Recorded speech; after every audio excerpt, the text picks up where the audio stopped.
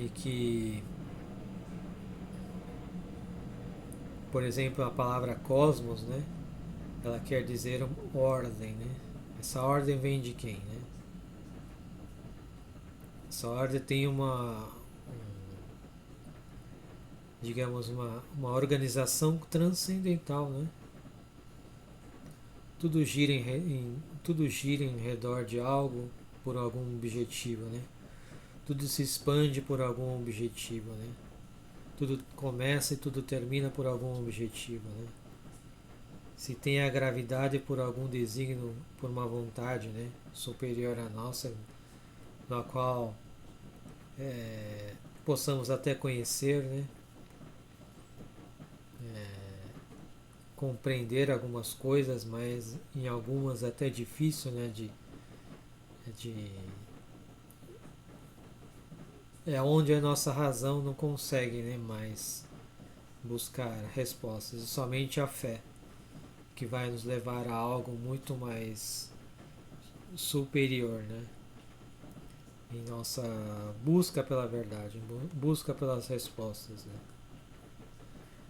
Ou seja, as pesquisas científicas, elas também nos ajudam, né, a perceber como uma vida vai surgindo, né, como vai se desenvolvendo ao longo do tempo, das eras. E também tem as teorias, né, científicas que querem explicar o aparecimento do próprio do nosso ser, né, do ser humano, né, aquelas teorias dos primeiros primatas, né, que o homem descende do macaco, né, teorias científicas, né, que tentam explicar a nossa ancestralidade, né, de onde viemos, né. Mas a nossa fé, ela nos convida a crer em algo que vem de um reino celeste, né. O homem nasceu do pó, né. O homem nasceu criado do nada, né. E só Deus, e só a fé em Deus pode explicar uma uma uma, uma visão como esta, né? Na qual nós, como católicos cristãos, cremos, né?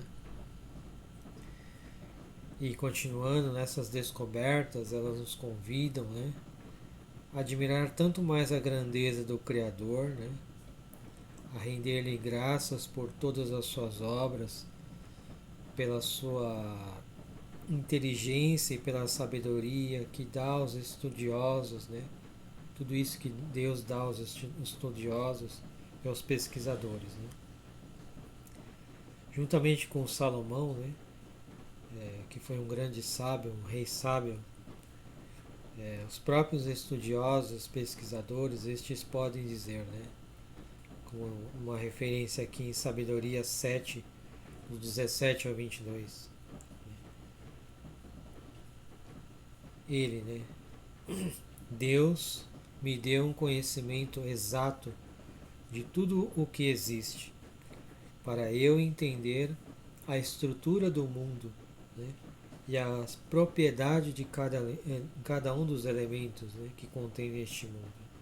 Pois a sabedoria com S maiúsculo, né, Deus, né, artífice, né, de todas as coisas, né, criador, artesão de tudo que há, me ensinou. Né, me ensinou. Aqui há uma compreensão, né, de que Deus me deu um conhecimento, né? A inteligência de Deus também está junto com os nossos cientistas, né? Nossos estudiosos, né? Os teólogos, né? Os grandes pesquisadores da história da humanidade, né? Que trouxeram luz às verdades inquietantes do mundo, né?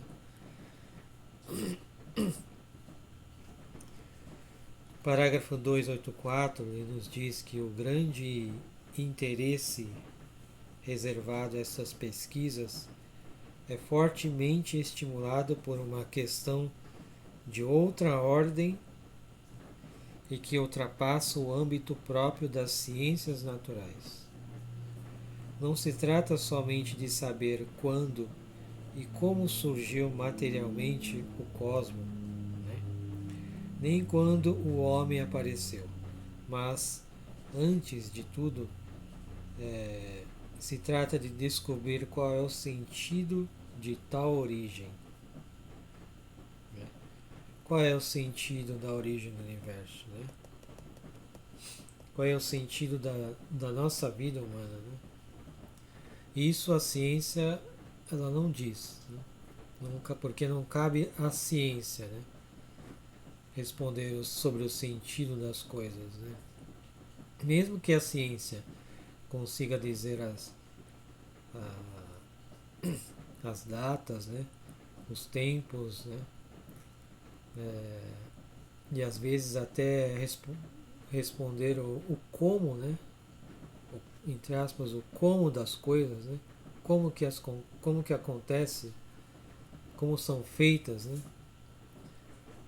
o como de muitas formas de vida, né, e de também de tudo que existe no universo até hoje, né. A pergunta que cabe à fé ela é: qual é o sentido de tudo isso? Né? Qual é o sentido de tal origem? Né? Se essa origem é governada por acaso, né? Governada por um destino cego, governada por uma necessidade anônima, né? Ou é governada por um ser transcendente, né? Inteligente e bom, que chamamos de Deus. Né? A nossa fé e a ciência, ela pode falar, né, sobre o como, né? Desde que essa fé e essa ciência esteja na verdade, né, do caminho que nos leva para o alto. Né? E antes, o que havia então, por exemplo, da criação do universo? Né? O que havia antes? Né? Antes do chamado Big Bang. Né? Percebamos que sempre haverá um espaço para uma pergunta, né? Sempre haverá espaço para aprofundarmos cada vez mais, né? Seja no sentido futuro, seja no sentido do passado, né? A busca pela compreensão de algo que nos é desconhecido, né? E que talvez a fé, no seu limite, não consiga responder, mas a razão, aliás, não consiga responder, mas a fé, ela nos eleva tanto para frente quanto para trás em busca dos grandes questionamentos, da resposta aos grandes questionamentos da humanidade. Né? E se o mundo, né? Se o mundo provém da sabedoria, né? Se o mundo provém da bondade de Deus, há uma pergunta: por que existe o mal? Né? De onde vem o mal? Quem é o responsável por este mal? Haverá como se libertar do mal, do sofrimento? Né? Percebamos então o valor da catequese sobre a criação, né? Onde lá nós compreenderemos os desígnios de Deus para com as suas criaturas, né? E a resposta que daremos a estes desígnios por meio da liberdade que Ele nos deu. Né? Tudo isso fará parte dessa catequese, né, sobre a criação. Né? E nós veremos parágrafos à frente, né, principalmente citado nos três primeiros capítulos do livro do Gênesis, né? No parágrafo 285, ele nos diz que desde o início, né, a fé cristã tem se confrontado com respostas diferentes da sua, né? Diferentes da sua fé, no que diz respeito à questão das nossas origens, né? Assim, nas religiões e nas culturas antigas, encontram-se numerosos mitos acerca das nossas origens, né? Vamos lembrar da mitologia grega, né? Porque a cultura helenística, né, está muito próxima da raiz da nossa civilização ocidental, né? Temos, por meio da filosofia que busca responder a questão da origem do homem, né? A origem da criação, né? E por meio dessas linhas de pensamento, né? Dessa linha de cultura, né? Foram apresentadas muitas respostas que ao mesmo tempo eram muito diversificadas, né? Que fugiam um pouco ou muito, né? do que a verdade de Deus quer nos dirigir, né? Perigosamente foge um pouco daquilo que Deus quer nos apresentar, né?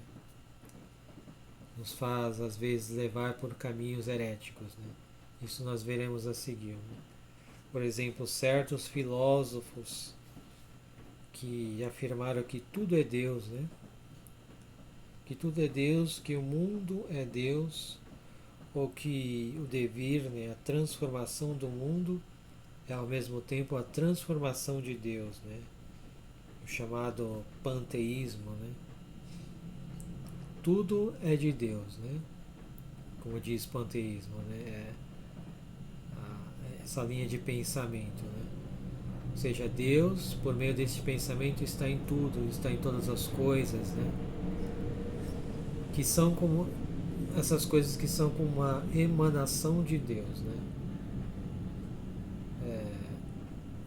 A mudança do mundo é a mudança de Deus, né? Perigosamente uma linha de pensamento nos dias de hoje, né? Que nos leva a pensar, né, que o mundo está como está porque Deus está mudando. Isso é uma linha de pensamento muito herética, né? Que nos está desvirtuando do verdadeiro propósito de amor de Deus, né? Está nos mostrando que Deus não é aquilo que parece ser, né? Nem tudo é Deus, né? Nem tudo é Deus, né? Outros afirmaram, né? Outros afirmaram que o mundo é uma emanação necessária de Deus, né? Emanação é como uma lâmpada, a luz de uma lâmpada, né? Por exemplo, que quando se acende, ela emana a sua luz, né? Ela emite a sua luz. Então, a luz é a emanação da lâmpada, né? Então, a criação de Deus, ela seria uma emanação do próprio Deus, né? Uma emanação necessária, já que Deus existe, né? E por Deus existir, a criação também existe, né? Necessariamente ele fica emitindo, né? Emitindo coisas que compõem o próprio universo, né? Porque Deus existe, né? Emitindo coisas que nós vemos no mundo atual, que nós vemos durante a história, porque Deus vai, né, com uma lâmpada, né, emitindo a sua luz, né? E isso é um erro, né? Porque Nem tudo, nem tudo, como diria o ditado, né? Nem tudo que é luz é ouro, né? Nem tudo que vemos aqui pode ser considerado como algo que vem de Deus, né? Emanação, né? Emanação esta que deriva dessa fonte, né? E essa mesma fonte, essa emanação, ela volta, né? A gente pode lembrar do pensamento de Nietzsche, né? Sobre a teoria do eterno retorno, né? Que tudo vem da fonte, que é Deus, e tudo volta para a fonte, que é Deus, e vem de novo e volta de novo, né? Essa teoria de Nietzsche, né, sobre o eterno retorno, né, era uma reflexão hipotética sobre o retorno da nossa vida, né, hipoteticamente falando, né, com as nossas alegrias e sofrimentos, né, e ao mesmo tempo ela nos leva a refletir é, de como podemos viver o presente, né, da melhor forma, né, fazendo da nossa vida, né, uma, uma vida melhor, né? Se a gente não levar ao pé da letra, né, a gente pode até transformar este algo que parece enganador em algo bom, né? Parar para pensar enquanto temos vida, né? E buscar refletir sobre se nós não que a gente pudesse mudar algo, né? Se nós tivéssemos uma outra vida, não. Isso já seria outro já seria buscar algo no sentido espírita, não. Não é por esse caminho, né? Mas é algo que nos faz refletir, né? Buscar uma vida da qual nós poderíamos nos orgulhar, né? Poderíamos ter a impressão de que fomos bem, né? Não em 100%, né? Mas de que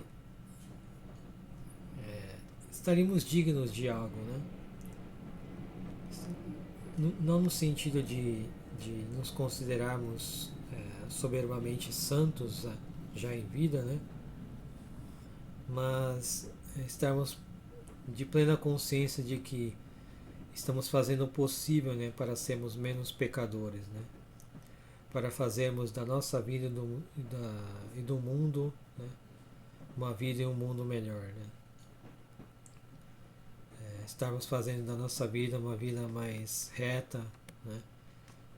Em busca da salvação a todo instante, né? A gente pode até usar essa reflexão, né? Tirando daí algo melhor, né? Para mudar a nossa percepção da nossa vida, né? Não que a gente queira buscar outra vida, ter uma nova chance, não. Pois a vida já é o agora, né? Por isso que Deus, na sua misericórdia, nos proporciona este tempo de misericórdia, né? Para nos transformarmos num homem novo, né? Mas voltando, né?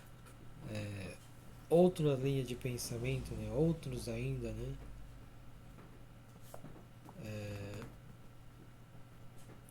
Afirmar a existência de dois princípios eternos, né? O bem e o mal, a luz e as trevas, que estão em constante luta, né? Em permanente luta entre si, né? Chamado dualismo ou maniqueísmo, né? Maniqueísmo que é uma heresia, né? Nos primeiros séculos, que apelava para esse tipo de argumento, né? que existem dois princípios supremos, né, o bem e o mal, e esses dois princípios supremos estão sempre em dualismo, né, luta permanente, né, era o espírito puro contra a criação, que era considerada como matéria má, né, na qual o mal habitava, né, o corpo, né, o corpo corrompido, né, que deixa de ser Deus, né, deixa de ter Deus ali. Então, diante do cristianismo havia o confronto de que Deus não é o criador de tudo, né, de que não somos a sua imagem e a sua semelhança, né, e de que Deus não podia nos redimir por meio da encarnação de Jesus Cristo,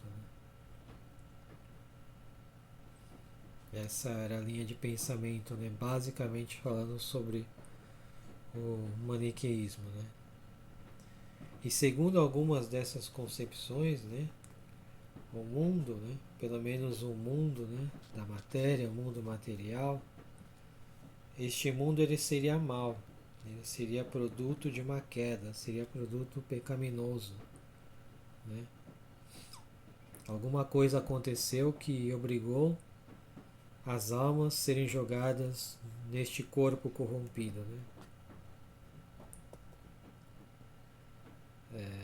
Alguns autores antigos chegaram a imaginar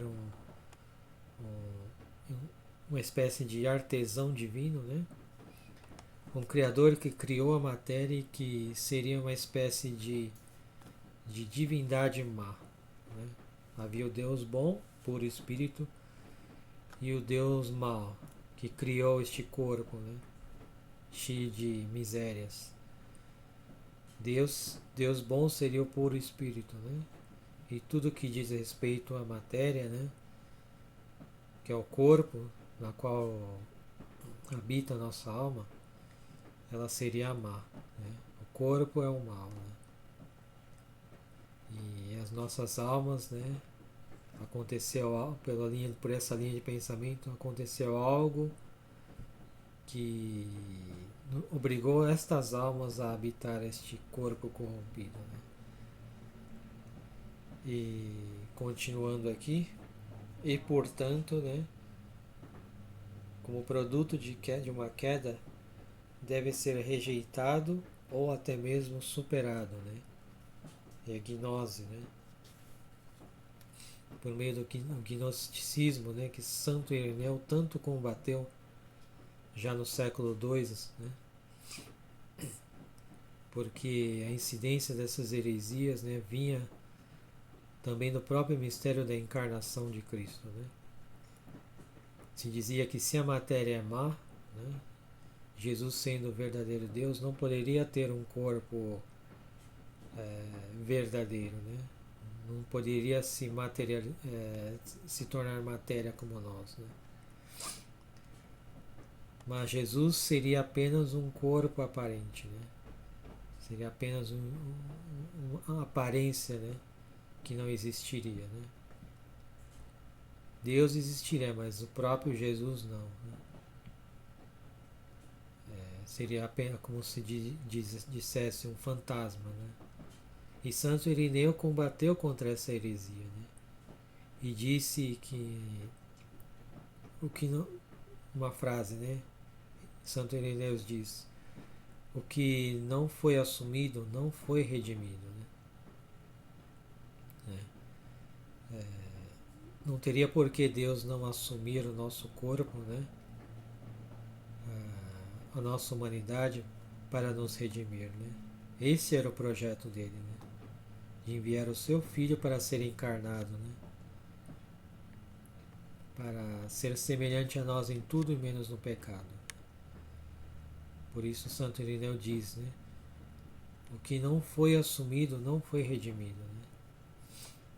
Portanto, Deus ele mergulhou realmente, né, na nossa existência humana, né? O gnosticismo ele acredita que há dois deuses, né? Um Deus mau e um Deus bom, né? que este mundo teria sido criado pelo Deus mau, né? E este seria o nosso Deus da Bíblia, né? Motivo de tantas tragédias e, e acontecimentos, né? Guerras, enfim. E isto era a crença dos gnósticos, né?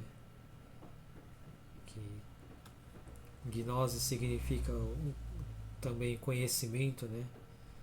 Mas um conhecimento que não é revelado, né? Por meio desta linha de pensamento era um conhecimento que não era revelado, né? Que era dito apenas para poucos, né? Ao contrário do Evangelho que Jesus nos recomenda pregar aos quatro cantos do mundo ao longo da nossa vida, né? Por isso que os gnósticos não acreditam na salvação das almas, né? Por meio da morte e a ressurreição de Jesus Cristo, né? Não creiam, não acreditam no pecado, nos anjos, nos demônios, enfim, né? Não acreditam na redenção deste corpo pecador, né? Outros ainda, né? Admitem que o mundo tenha sido feito por Deus, mas à maneira de um relojoeiro, né? Que uma vez terminado o serviço, abandonou a si mesmo, né? Este mundo, né? Terminou e foi embora, chamado deísmo, né?